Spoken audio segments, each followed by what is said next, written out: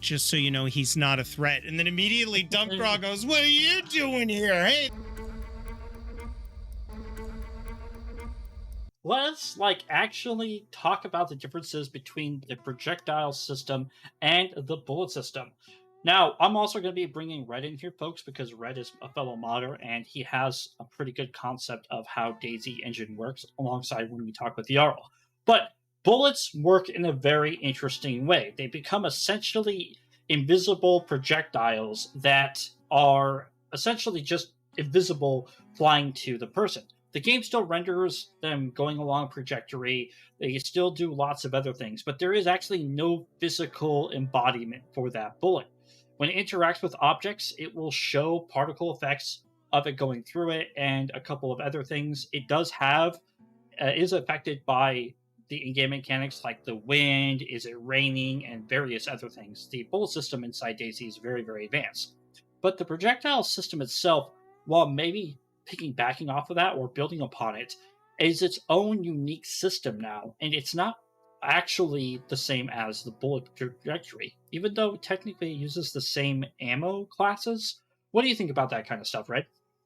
Yeah, I mean, you hit it on the head where traditional bullets, when fired, there's not a model of the bullet flying through the air like you would imagine if you're going to try to depict everything in game as it would be in real life. It's more of a mathematical calculation to determine where it's going to hit, and then the action occurs when it actually impacts something. As far as, like you said, the spark or the whatever object it's hitting or the blood coming out, and then any damage that it's doing to that object. So that's the base. What you described there, really outlines pretty well the base projectile system. Now, a couple of patches ago, they introduced the M79 grenade launcher, and actually there had been some previously, but they were in mods and they were using that same base projectile system. And then when they put in the M79 grenade launcher, they actually started a variation of that projectile system where you could actually see the object, that the grenade being launched actually did exist in real life, and it had a different effect because it wasn't impact damage, it was explosion damage. So I think that was the initial foray into what you wanted to talk about with when they brought in the crossbows and how they had to do something completely different with the crossbows.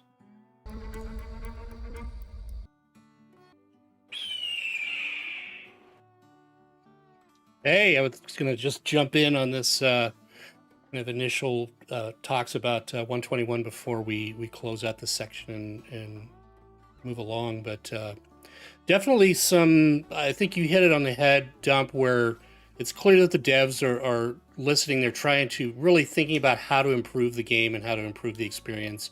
We saw not a ton of new items, but a whole ton of fixes of little issues and things like that were annoying to players.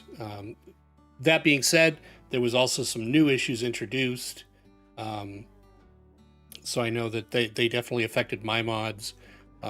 With vehicles, there were some things that popped in where if a vehicle despawns with a player inside of it, it'll crash the server.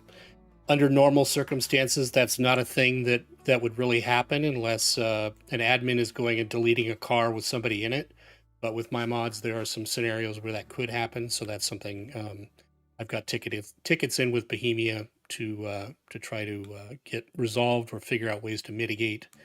That also as Jarl found out when we were streaming last week, the terrain is a little bit softer than it was previous to the update, so it's possible for players to slip down beneath the map. That's kind of been an ongoing thing, but that's definitely a thing that can happen. Same thing with vehicles. I've seen them kind of get sucked under the map. But again, the devs are aware of it. They are efforting solutions on those. So, which is we're just going to be going over the fixes and the changelog real quick. Now, the fixes in the changelog are, once again, folks, a very, very large amount of fixes and attempts. Most times, these fixes, while there are many of them are, I would say, for lack of a better word, unrelatable to most players. And what I mean by that is you don't really understand what they're saying. You're just seeing some text on a changelog, and you're all like, oh, okay, cool, that's cool. But I think a lot of these actually really relate to player issues that really matter. Some of them are more important than others. They fixed further exploits to look through walls, and this was a feedback tracker that was put out there. Then it was possible to execute a stealth kill even if there was an obstacle between the player and the target, actually where the person would get stuck inside of a wall if they tried to do this. So they would literally kill the infected and they would be confused with a wall. And the wall would push them out eventually, but it just wouldn't be very beneficial for them. But then there were some of the interesting changes, which are pretty cool too. What do you think about the changes, Jarl? The audio, they were putting a lot of focus on fixing the explosions audio, but I gotta say that I was very pleased with the audio applying to some of the guns. The Doppler effect felt better. Like I said, when that guy got shot with the breastplate and I heard a long arm, I was having a hard time telling if it was a Mosin or a CZ and what distance it was. So, like, that kind of Doppler effect is nice. The way that you hear the gun report off the distance, and then the way it hits people. It's interesting to see that kind of an adjustment. Now, you also did talk about your excitement about the lighting changes. Oh man, I've never used glow sticks more, or at least felt safer using glow sticks. Especially since I was playing on Essaker, a lot of that map is forest.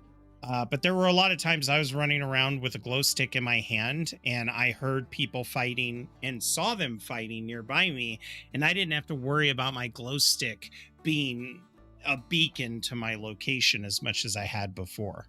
Well, folks, thank you very much for watching our video and this